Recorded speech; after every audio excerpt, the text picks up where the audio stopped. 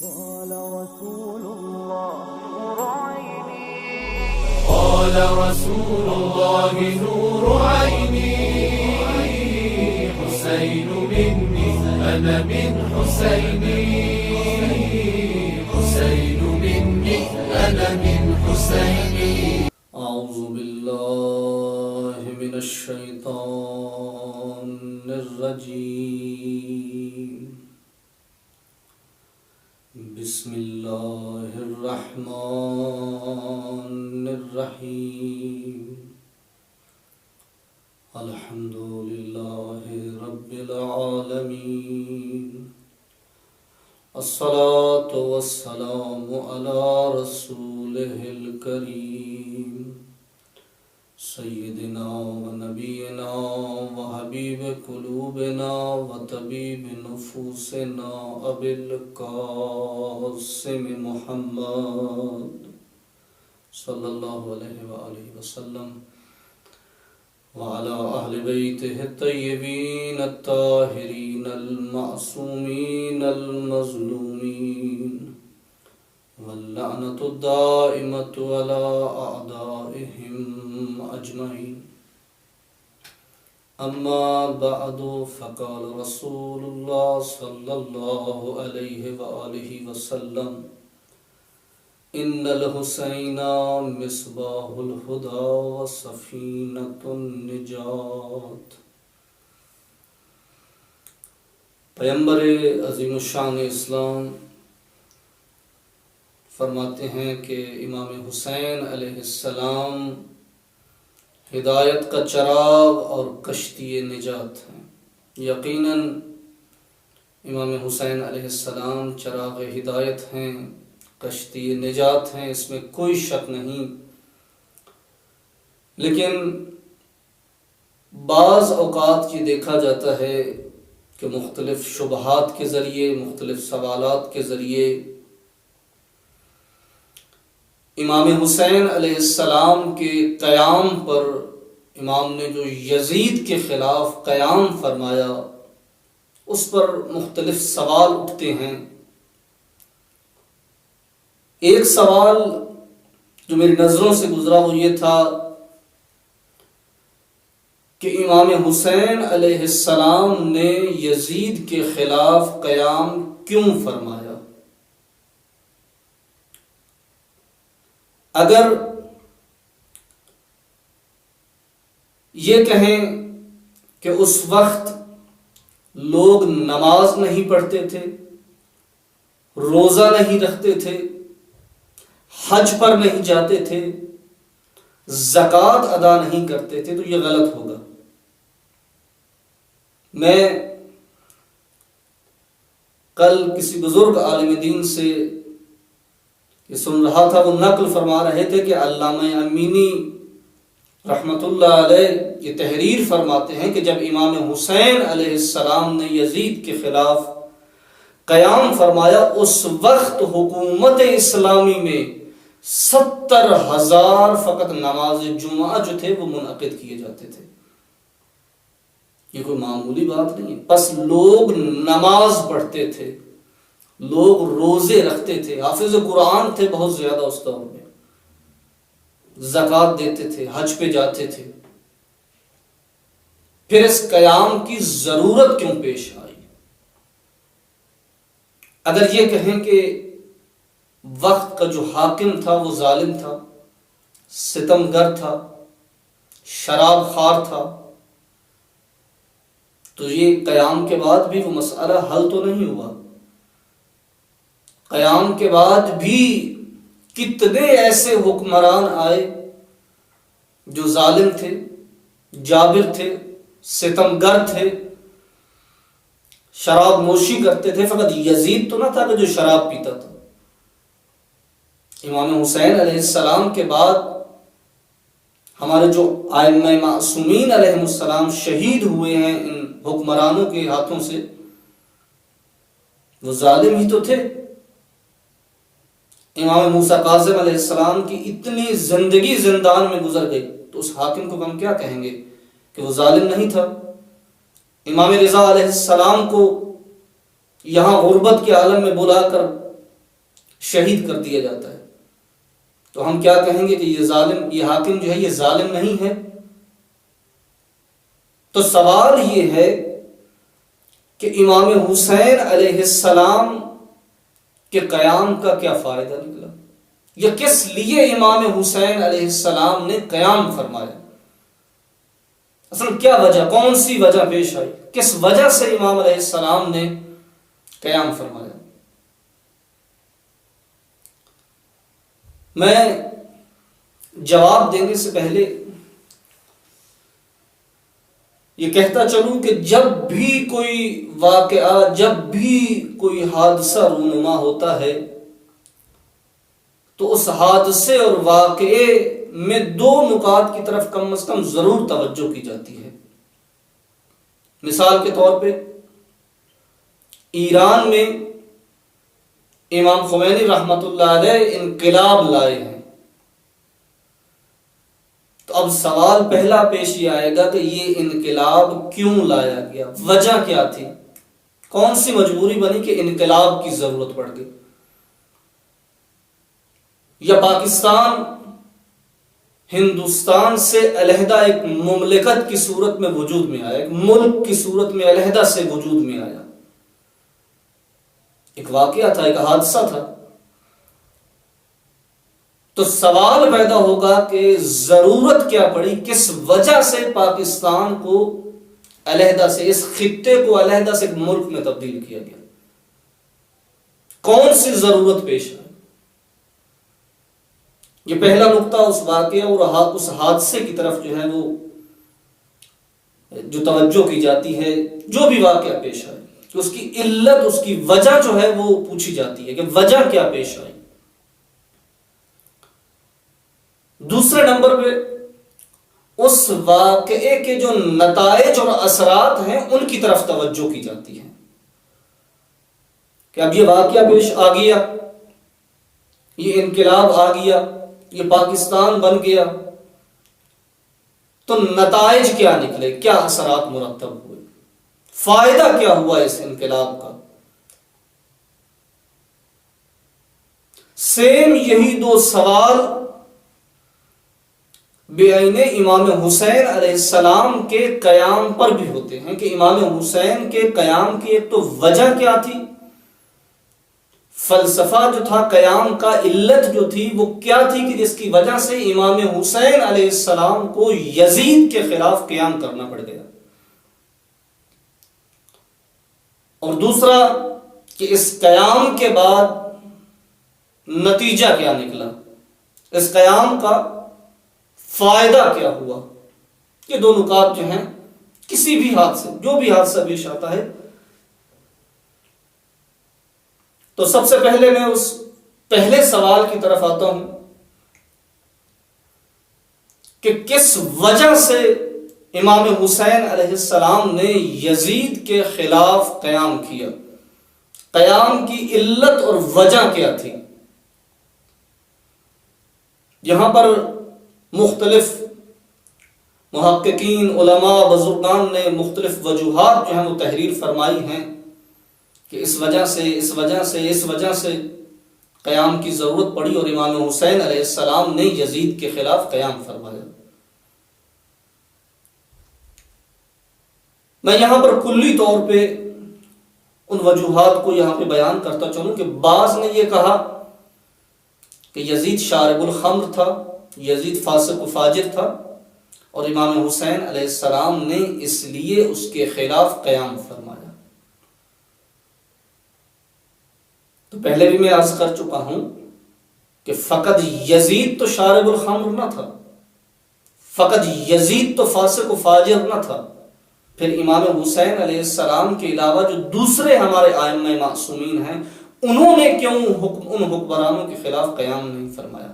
بس یہ وجہ نہیں بن سکتی، اس کو ہم نہیں کہہ سکتے۔ اگر اس وجہ کو مان لیا جائے، ممکن ہے کہ جزئی طور پہ اس علت کو مان لیا جائے، لیکن مکمل طور پر یہ نہیں کہہ سکتے کہ فقط اسی ہی وجہ سے امام حسین علیہ السلام نے قیام فرمایا۔ اگر یہ کہیں تو پھر دوسرے ائمہ پر کہ دوسرے اماموں نے کیوں، حتیٰ میں تو یوں کہوں گا کہ یزید اگرچہ شراب پیتا تھا، لیکن یزید سے پہلے اور یزید کے بعد بھی کتنے ایسے حکمران تھے جو شراب پیتے تھے، کتنے ایسے تھے جن کے آباء و اجداد کا کام ہی شراب پینا تھا، حکمران بن گئے اور اپنی اس عادت کو جو ہے وہ تبدیل نہیں کیا۔ عیش و نوش کی محفلیں، حتیٰ بنی امیہ کے بعد عباسیوں نے جو شیعوں اور علویوں پر ظلم ڈھایا ہے، پوری تاریخ ہے، بس یہ علت نہیں بن سکتی۔ جب ہم نے کہا کہ یہ نہیں بن سکتی، پھر بعض نے کہا نہیں جی یزید اگرچہ دوسرے حاکم بھی شراب پیتے تھے، دوسرے حاکم بھی اس طرح تھے، فسق و فجور میں مبتلا تھے، لیکن یزید کچھ زیادہ ہی تھا۔ زیادہ سے کیا مطلب؟ سب کے سامنے ہے جو کام یزید نے کیا، اور بعد میں دوسرے حکمران بھی ایسے گزرے ہیں جنہوں نے اس سے بھی شاید بدتر کام انجام دیے ہیں، بس ہم اس کو علت نہیں بیان کر سکتے۔ پھر بعض آئے، انہوں نے جب قیام امام حسین علیہ السلام اور وجوہات جو تھی اس قیام کی ان کو لکھنا شروع کیا، تو کہا کہ جی اس وجہ سے امام نے قیام فرمایا اور باقی ائمہ نے قیام نہ فرمایا، کیونکہ امام علیہ السلام کے پاس 72 کی تعداد تھی، دوسروں کے پاس نہیں تھی۔ حالانکہ یہ کوئی وجہ نہیں ہے، کیونکہ آپ دیکھتے ہیں کہ امام حسین علیہ السلام شب عاشور اپنے اصحاب کو چھٹی دے رہے ہیں، جائیں، میں حسین تم سے بیعت اٹھا لیتا ہوں۔ امام نے بیعت اٹھا لی ہے، اجازت دے دی کہ چلے جائیں، یہ لشکر میرے خون کا پیاسا ہے۔ امام کوئی بھی ساتھ نہ دیتا، امام پھر بھی قیام۔ اگر آپ کی یہ نظر ہے کہ 72 پورے ہوئے اور باقی ائمہ کے 72 پورے نہیں ہوئے، تو پھر آپ نے امام حسین کو پہچانا ہی نہیں ہے۔ ایک شخص بھی اگر امام حسین کا ساتھ نہ دیتا، پھر بھی امام علیہ السلام قیام فرماتے۔ بعض نے پھر قیام کی جو علت تحریر کی وہ یہ کی کہ جی یہ سر من اسرار اللہ، اللہ ہی جانتا ہے، یہ ایک راز ہے خدا کے رازوں میں کہ امام نے یہ کربلا میں آنا تھا، اس طرح سے شہید ہونا تھا۔ اگر اس کو مان لیا جائے تو پھر ہم کوفہ والوں پہ لعنت کیوں بھیجتے ہیں؟ آج جب میڈیا اتنا فاسٹ ہو چکا ہے، روابط ہیں، تعلقات ہیں، اس ٹائم پہ یہ چیزیں تو نہیں تھی۔ لوگ کہاں سے جانتے اس قیام کے مقصد کو، اس قیام کے جو اہداف ہیں، امام حسین علیہ السلام کس لیے یہ قیام کرنا چاہتے ہیں؟ یہ کہنا اصلا صحیح نہیں ہے۔ تو پھر کس لیے امام حسین علیہ السلام نے قیام فرمایا؟ ایک وجہ جو میں یہاں پہ آج بیان کرتا چلوں کہ دیکھیں، یزید اگرچہ شارب الخمر تھا، اگرچہ فاسق اور فاجر تھا، لیکن فقط اس وجہ سے امام نے یزید کے خلاف قیام نہیں کیا، کیونکہ اس کے بعد بھی اور اس سے پہلے بھی بعض تھے جو اس طرح کے کام انجام دیتے تھے۔ یہاں پر مسئلہ جو فرق کر گیا تھا دوسروں کی نسبت، وہ یہ تھا کہ یزید اسلام کو جڑ سے اکھاڑ کر پھینکنا چاہتا تھا۔ یزید کے وہ مشہور اشعار جس میں انہوں نے کہا کہ نہ کوئی وحی نازل ہوئی ہے، نہ ہی کوئی پیغمبر آیا ہے، نہ ہی کوئی قرآن آیا ہے، کچھ بھی نہیں ہے، نہ کوئی فرشتہ نازل ہوا ہے۔ یہ بنی ہاشم کا خلافت اور مملکت حاصل کرنے کے لیے، ملک حاصل کرنے کے لیے ایک ڈھونگ تھا، بنی ہاشم نے ڈھونگ رچا رکھا ہے۔ یہ سب کچھ غلط تھا، کچھ ہے ہی نہیں، سرے سے اسلام کا منکر ہو گیا۔ دیکھیں، پیغمبر اسلام جب آئے، ہم تبلیغ شروع کی ہے تو سب سے پہلی تبلیغ جو ہے اور پہلا جملہ جو ہے تبلیغی وہ یہ ہے کہ قولوا لا الہ الا اللہ تفلحوا، خدا کی وحدانیت کی طرف بلایا گیا ہے، کہو کہ خدا ایک ہے، فلاح پا جاؤ گے۔ سب سے پہلا آغاز پیغمبر جو کر رہے ہیں اپنی تبلیغ کا وہ خدا کی وحدانیت کی طرف سے. اور پیغمبر اسلام کے دور میں اگرچہ منافقین تھے، کتنے ایسے تھے جنہوں نے منفعت کی خاطر اسلام قبول کر لیا، کچھ تھے جنہوں نے مجبور ہو کر اسلام قبول کر لیا. پیغمبر بھی جانتے تھے کہ حقیقی طور پہ یہ مسلمان نہیں ہوئے، منافق ہیں. دیکھیں پورے قرآن میں پوری ایک سورہ جو ہے اللہ نے سورہ منافقین کے نام سے نازل کر دی. منافق تھے اس دور میں جنہوں نے ظاہری طور پہ اسلام کا لبادہ اوڑھ رکھا تھا، لیکن سب سے پہلا ہدف جو تھا پیغمبر اسلام کا وہ یہ تھا کہ اس خطے کو بت پرستی سے اور کفر سے پاک کیا جائے، نفاق کو آہستہ آہستہ ٹھیک کیا جائے گا ظاہری طور پہ. کیونکہ دیکھیں اسلام کا پہلا مرحلہ یہی ہے کہ انسان اپنی زبان سے اقرار کر لے، یہ پہلا مرحلہ ہے. بعد میں ہے کہ انسان دل سے بھی اقرار کرے، اس کے عمل سے بھی یہ اقرار جو ہے وہ ظاہر ہونا چاہیے. تو پیغمبر اسلام نے سب سے پہلے کفر کو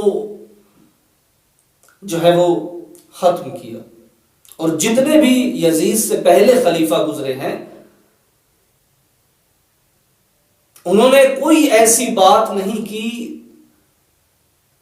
کہ یہ اسلام، یہ دین جو ہے یہ ڈھونگ ہے بنی ہاشم کا، اس کی کوئی حقیقت نہیں ہے اور فقط یہ بادشاہت حاصل کرنے کے لیے، خلافت حاصل کرنے کے لیے یہ ڈھونگ رچایا گیا ہے. بنی ہاشم کا یہ ڈھونگ ہے، اس کی کوئی حقیقت نہیں ہے.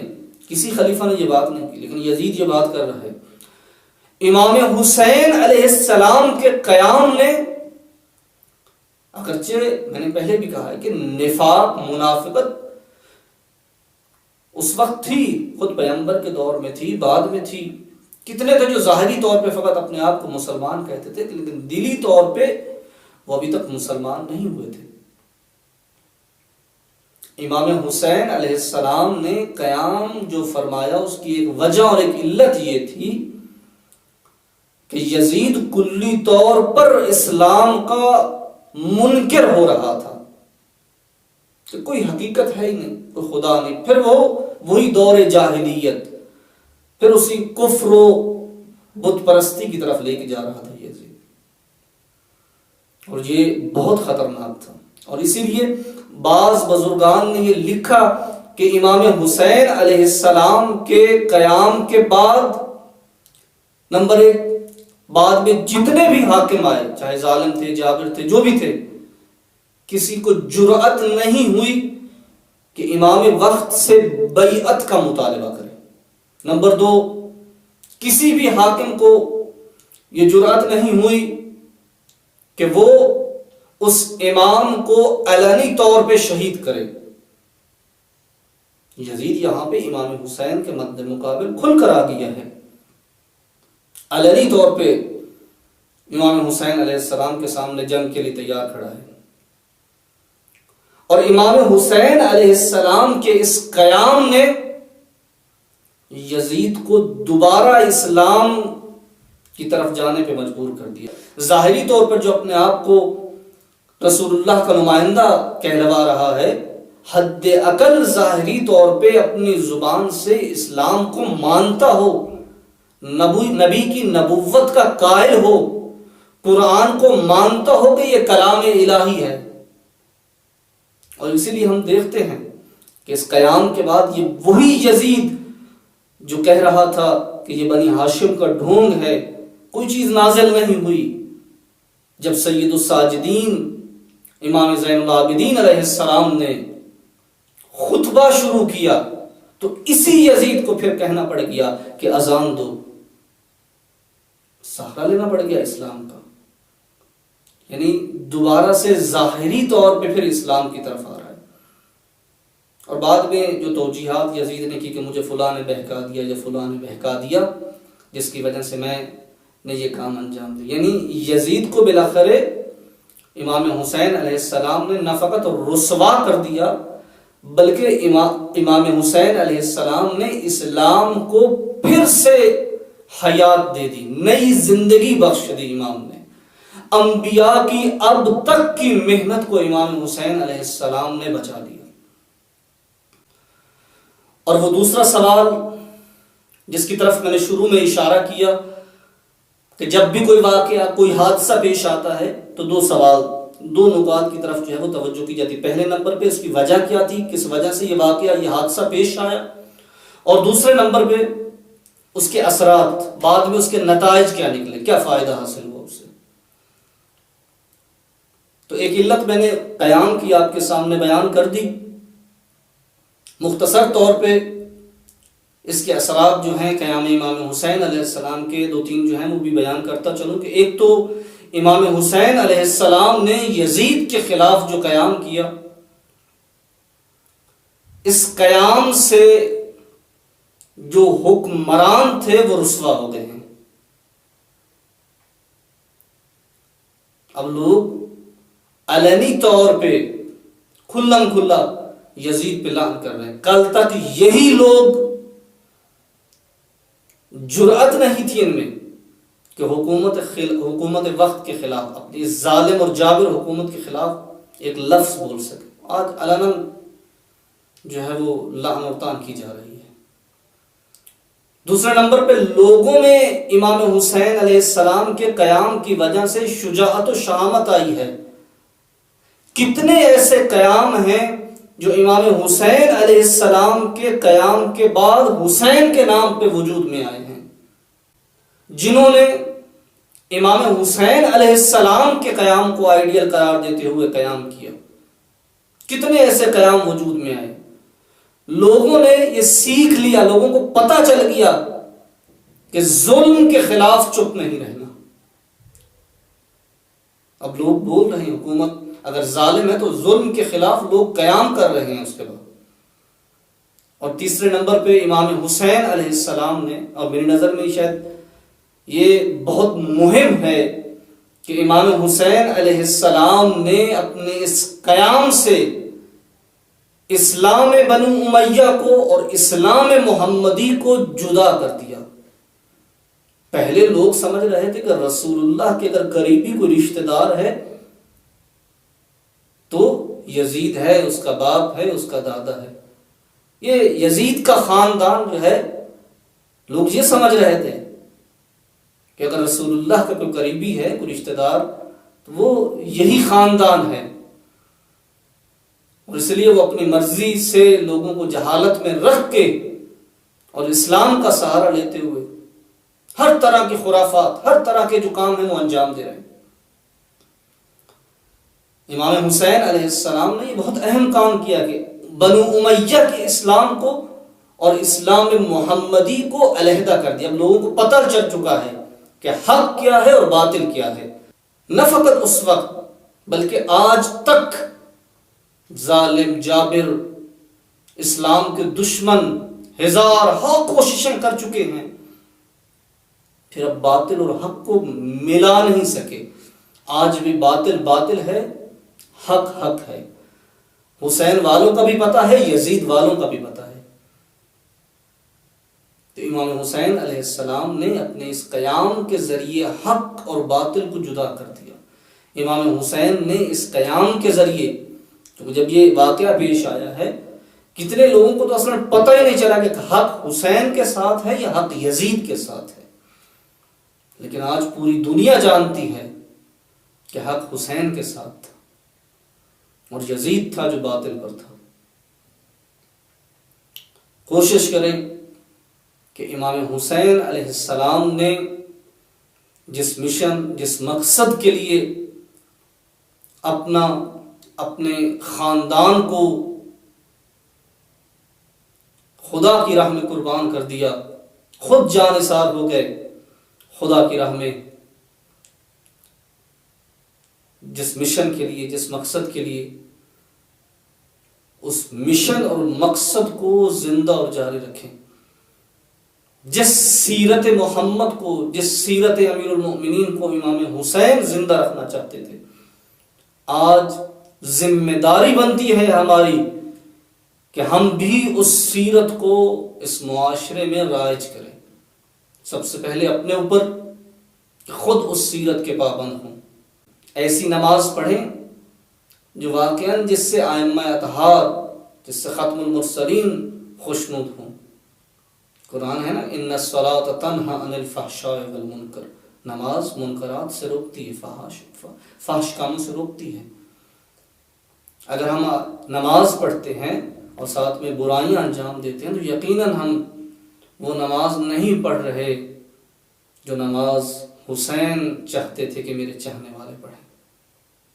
حسین کا ایک ہدف اور مشن یہی تھا کہ سیرت پیغمبر اسلام اور سیرت امیر المؤمنین علیہ السلام جو ہے وہ اس معاشرے میں دوبارہ سے، جو پہلے تبدیل ہو چکی تھی، دوبارہ سے اس کو اس معاشرے میں جو ہے وہ رائج کیا جائے۔